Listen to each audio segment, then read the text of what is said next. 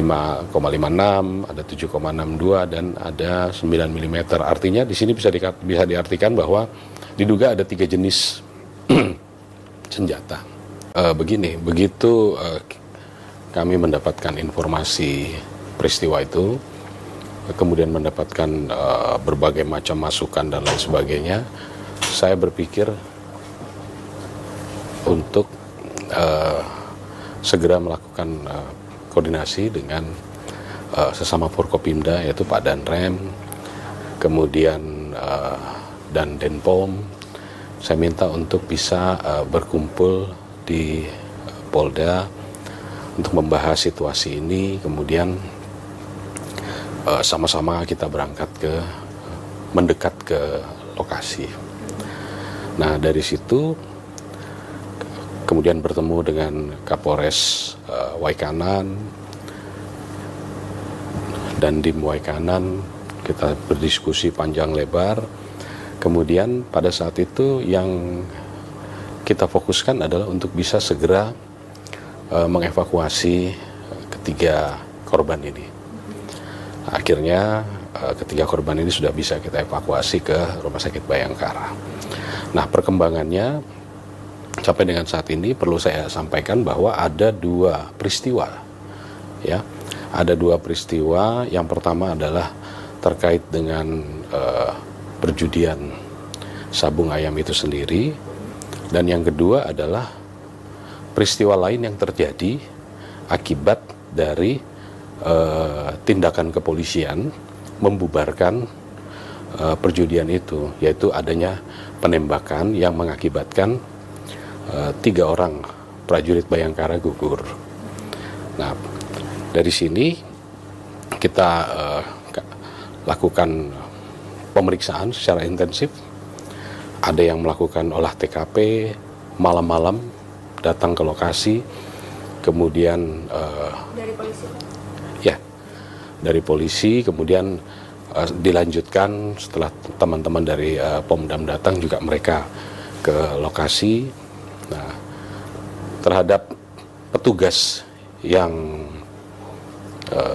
bersama-sama pada saat melakukan tindakan kepolisian itu, dari sejumlah 16 orang, 13 masih ada. Ini kita arahkan ke Polda untuk kita ambil keterangan bagaimana sebetulnya kronologisnya. Nah, terhadap kasus atau peristiwa pertama tentang perjudian itu sendiri, ini diawali dari adanya undangan yang tersebar melalui media sosial, Facebook, dan kemudian di-endorse juga oleh salah seorang terduga oknum, ya. Kemudian itu ditindaklanjuti oleh Kapolres untuk bisa menugaskan anggotanya ke sana untuk melakukan tindakan pembubaran. Nah, untuk kasus perjudian, selain 13 orang saksi yang sudah kita periksa, saksi dari pihak kepolisian, kemudian kita juga mengamankan 1 orang, ya, yang berinisial Z, di mana dia juga sebagai pemain yang datang ke situ karena adanya undangan tadi.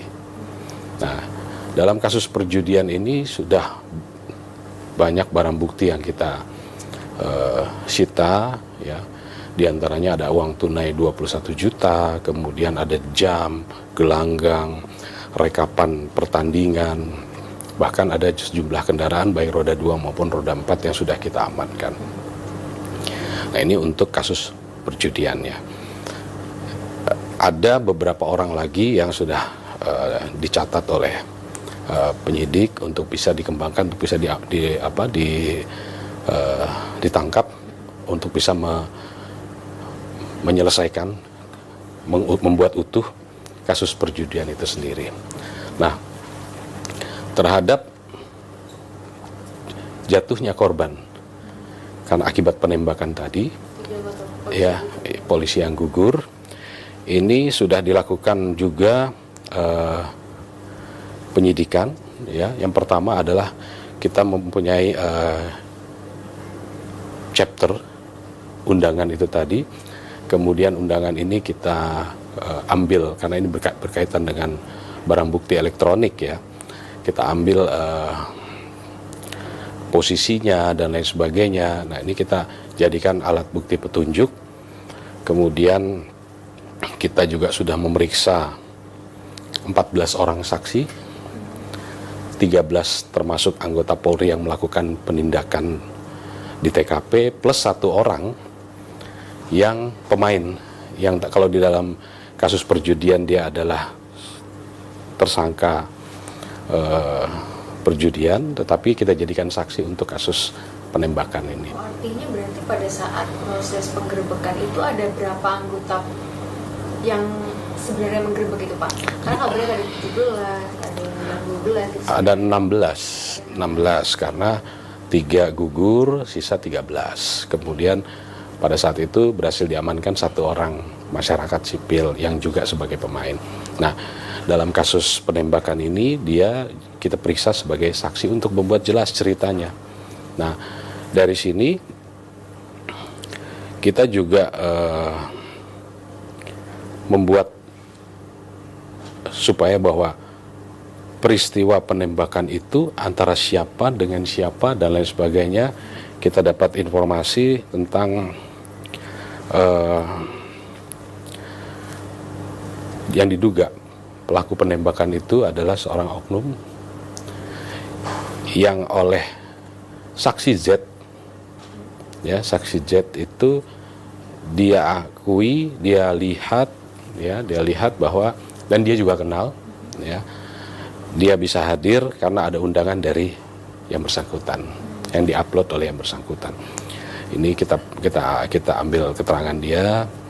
Kemudian juga sesaat sebelum terjadinya peristiwa itu, saksi Z ini juga melihat bahwa yang bersangkutan membawa atau menyimpan senjata genggam laras pendek di celananya dan membawa senjata laras panjang yang dia tidak tahu jenisnya apa. Oke, berarti sebenarnya dari 2 peristiwa yang tadi disebutkan, ini ada 1 tersangka dan 2 terduga pelaku penembakan atau seperti apa, Pak? Begini, 2 peristiwa ini untuk perjudian, ini 1 sudah kita tetapkan tersangka, tetapi tidak menutup kemungkinan yang oknum ini juga menjadi tersangka dalam kasus perjudian karena dia diduga sebagai penyelenggara itu. Nah, dalam kasus penembakan yang oknum ini sebagai tersangka, tetapi yang pemain dalam kasus perjudian tadi kita jadikan saksi karena dia melihat, mendengar dan mengetahui peristiwa tadi, ya. Untuk tersangka ini adalah dari sipil atau dari oknum juga, Pak? Yang tersangka ini Z. Ya, Z. Ini adalah sipil, masyarakat, ya, pemain. Dia datang karena mendapatkan undangan untuk bermain sabung ayam dari dia. Oknum itu. Ya, yang disebar melalui media sosial, Facebook maupun WhatsApp, sehingga pada berdatangan. Itu berarti pengakuan dari Z-nya ya, Pak? Ya. Kalau pengakuan dari 2 oknum yang diduga sebagai pelaku ini, seperti apa, Pak, pengakuan dari mereka? Untuk kedua orang ini saat ini sedang dalam pengamanan dari teman-teman kita di Denpom Bandar Lampung, dan peristiwa ini dalam proses penyidikannya Polda Lampung bekerja bersama-sama melaksanakan joint investigasi, saling melengkapi penyelidikan untuk bisa membuat terang peristiwa yang terjadi. Jadi saat ini mereka sedang dalam pengamanan dari teman-teman dari Pomdam. Artinya sudah diketahui belum sih, Pak, untuk peran dari masing-masing? Ya, sementara karena kan ini joint investigasi, kami juga mendapatkan informasi dari teman-teman dari Pomdam bahwa berdasarkan pengakuan 2 oknum ini, mereka mengaku bahwa mereka berada di lokasi. Dan kalau kita uji dengan alat bukti yang lain, ini klop, ya, dengan keterangan si Z, ya, Z pemain dan sekaligus juga saksi yang melihat di TKP yang juga kenal, dia melihat bahwa kedua orang ini ada. Kemudian dari 13 anggota Polri yang melakukan penindakan di sana, ada 4 yang melihat, kenal, bahkan tahu, sehingga pengakuan dengan oknum ini, sehingga pengakuan dari mereka bahwa mereka berada di lokasi itu bisa kita pastikan benar. Nah, dari 4 orang ini juga dijadikan sebagai saksi ya, ya. Saksi utama ya Pak? Ya, saksi peristiwa yang bisa dimanfaatkan oleh teman-teman dari POM untuk nanti mungkin untuk didalami dan lain sebagainya. Pak, itu kan tadi seperti dikatakan kalau melihat ada senjata yang dibawa oleh salah satu oknum tersebut ya Pak. Kalau sampai saat ini sudah diketahui belum Pak terkait dengan kepemilikan, lalu ya terkait dengan senjata yang dimiliki oleh si oknum ini Pak? Begini, itu kan berdasarkan pengakuan.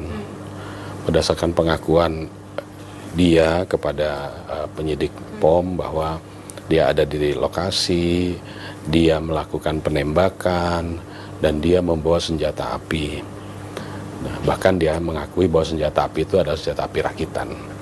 Nah, kita penyidik harus bisa membuktikan keterangan pengakuan tadi dan mencari alat bukti yang bisa mendukung, gitu ya. Contoh misalkan melakukan penembakan, dia mengakui bahwa dia melakukan penembakan. Nah, dari keterangan penembakan ini klop juga dengan 4 orang saksi dari petugas yang melihat bahwa dia melakukan penembakan. Nah, kita temukan juga ada selongsong di TKP yang jumlahnya ada sekitar 13 selongsong peluru dengan kaliber yang berbeda-beda. Ada 5,56, ada 7,62 dan ada 9 mm. Artinya di sini bisa diartikan bahwa diduga ada 3 jenis senjata. Tapi ini harus didalami ya. Harus didalami. Kemudian tapi nanti dari selongsong itu akan kelihatan ya Pak, maksudnya ini jenis dari senjata apinya apa, mereknya apa, ilegal atau rakitan atau ya, paling tidak petunjuk bahwa diduga terdapat 3 jenis senjata, petunjuk ya, 3 jenis senjata. Apakah itu diletuskan dari jenis senjata tertentu? Ini perlu pendalaman lagi. Kemudian polisi sudah melakukan olah TKP di lokasi, ya, menemukan tadi selain selongsong, kemudian ada bercak darah. Ini juga kita ambil untuk kita sesuaikan dengan yang ada di baju korban. Pada saat otopsi kita ambil sampel darahnya, ini kita periksakan di lapor untuk nanti hasilnya bisa diketahui bahwa betul itu adalah darah korban sesuai dengan posisi pada saat terjadinya penembakan. Nah, ada juga selongsong yang ditemukan yang mengelompok dalam satu titik, ada kurang lebih dua yang mengelompok, 3 itu berserakan. Nah, ini sedang didalami oleh lapor, dan menurut lapor ini menunjukkan searah dengan korban jatuh ya. Ya, kan ada 3 khususnya yang banyak darahnya itu adalah korban Aibda Petrus, itu searah ya. Jadi kita duga arah tembakan dari situ ya. Kemudian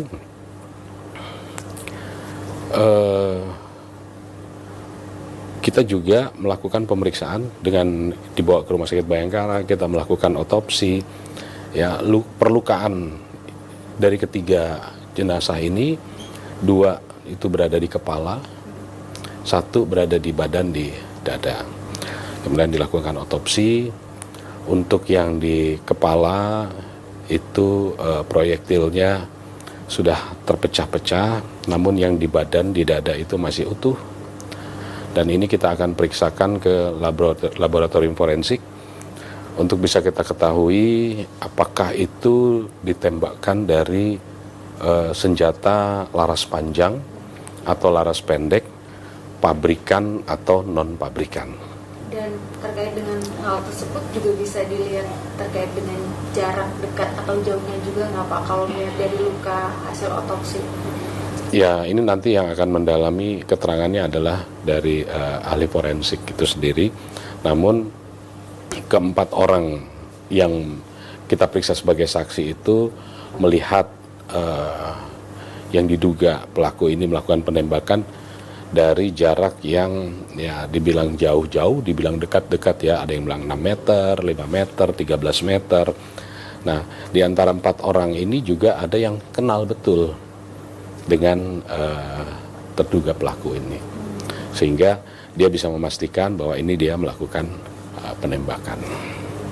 Tapi ada keterangan bahwa sebenarnya ini sudah direncanakan gitu nggak sih Pak terkait dengan penembakan ini? Maksudnya penembakan yang menembak polisi? Iya. Kita belum menemukan informasi lebih lanjut tentang itu. Oke. Pak, ini kan menggerebek judi sabung ayam, terus lokasinya juga jauh dan susah untuk ditempuh gitu. Apakah dari polisi pada saat kesana ini mungkin tidak menggunakan baju anti peluru atau apa gitu Pak, atau seperti apa sih Pak, maksudnya sampai bisa terkena tembakan gitu Pak? Kalau biasanya kan mungkin akan ada antisipasi hal-hal tersebut. Begini, jadi sehari sebelumnya memang sudah ada informasi Kapolres menindaklanjuti. Ini adalah salah satu bentuk respon cepat dari pihak kepolisian terhadap setiap laporan yang ada dari yang masuk dari masyarakat. Apalagi ini disampaikan bahwa ada perjudian sabung ayam di wilayah hukum Polsek Negara Batin. Jarak tempuh, waktu tempuh dari Polres itu ke lokasi itu bisa sekitar 3,5 jam. Artinya ini sangat jauh, ya. Sehingga ditugaskan anggota Serse bersama-sama Kapolsek Negara Batin untuk bisa melakukan tindakan pembubaran. Jadi target menurut Kapolres melaporkan kepada saya bahwa tujuannya adalah untuk membubarkan. Nah, apakah menggunakan body vest? Ada yang menggunakan, ada yang tidak. Nah, kalau kita lihat korban almarhum Galip, dia menggunakan tapi kenanya di kepala, ya. Jadi peralatan sudah yang ada digunakan, tetapi memang perkenaannya bukan di badan, di kepala. Nah ini dan itu semua perkenaan luka itu menyebabkan kematian. Gitu. Oke Pak, nah kita lihat sedikit ke soal sabung ayam sendiri Pak. Fenomena sabung ayam di Lampung ini ternyata masih terjadi, dan kalau kita lihat kan tadi Bapak sempat bilang ini tuh nggak hanya warga Lampung, bahkan ada kendaraan-kendaraan plat dari luar Lampung gitu. Adanya kan mungkin ini sudah terdengar, tapi memang segmennya segmented banget gitu. Nah ini sebenarnya gimana sih Pak? Begini, saya tidak berani mengatakan bahwa sabung ayam tidak ada. Artinya mungkin saja ada, dan ini fakta memang ada. Sehingga bagaimana kita melakukan upaya penindakan, dan mereka selalu melakukan di tempat-tempat yang terpencil, dan sepertinya mungkin ada semacam komunitasnya, ya. Nah, untuk peristiwa kemarin itu undangan datang banyak dari luar Lampung. Kenapa kami katakan banyak dari luar Lampung? Ya kita lihat dari kendaraan yang ada, baik roda 2 maupun roda 4 itu selain BE, BG, A, B juga ada, sehingga mungkin ini komunitas mereka kumpul di sana. Dan kadang juga ini berpindah-pindah. Artinya begini, fenomena ini ada, dan ada juga beberapa tempat yang sudah kita lakukan pembubaran, penindakan, tapi memang karena lokasinya yang terpencil, jauh, sehingga mungkin tidak terjangkau oleh patroli-patroli dari kepolisian. Gitu. Sempat mendengar bahwa kepemilikan dari lahan yang dipakai buat arena sabung ayam ini juga milik salah satu aparat, Pak. Sebetulnya begini, itu adalah kawasan register 44, ya, tidak boleh dimiliki. Nah, tapi berdasarkan informasi di sekitar, ya, dia mengelola tempat itu adalah yang diduga sebagai oknum ini. Salah satu pelaku. Ya. Oke, berarti memang tapi masih akan didalami nggak Pak terkait dengan si oknum ini memiliki peran apa, lalu bagaimana kesehariannya? Ya, ini semua sekarang kita serahkan kepada teman-teman dari POM untuk melakukan pendalaman. Kami pada posisi juga mencari, mengumpulkan informasi maupun alat bukti yang konstruktif untuk bisa kita support. Ya, artinya dua peristiwa ini harus firm, ya, baik itu perjudiannya maupun peristiwa penembakan ini. Untuk kelanjutannya Pak, gimana Pak? Kelanjutan, saya tetap memerintahkan anggota saya untuk tidak ragu-ragu, ya, tidak boleh ragu menindak segala bentuk kejahatan dan harus tetap merespon dengan cepat apapun, ya, baik khususnya keluhan-keluhan masyarakat harus bisa kita respon dengan cepat. Jadi peristiwa ini di satu sisi membuat kita prihatin, tetapi kita tidak boleh patah semangat, tetap harus semangat. Ya. Proses hukumnya nanti kelanjutannya seperti apa? Proses hukum dari dua pelaku, dan katanya nanti kan akan ada, mungkin saja akan ada terduga pelaku bertambah gitu. Ya, semua kemungkinan bisa saja terjadi karena ini kan tempat dan orang yang sangat banyak, artinya bisa saja bertambah. Nah, dan karena ini sudah joint investigation, tentu semua akan diproses sesuai dengan porsi dan takaran serta persangkaan, kemudian juga aturan perundang-undangan yang berlaku bagi kedua belah pihak, gitu. Baik itu mungkin yang sipil, mungkin TNI, itu pasti, ya. Pak Panglima tadi Pangdam maksudnya sudah menyampaikan pada kita, sepakat bahwa ini kita harus usut secara tuntas. Ya. Baik, terima kasih Pak Kapolda. Terima kasih. Saya Rizka Clarissa. Saksikan program-program Kompas TV melalui siaran digital, pay TV, dan media streaming lainnya. Kompas TV, independen, terpercaya.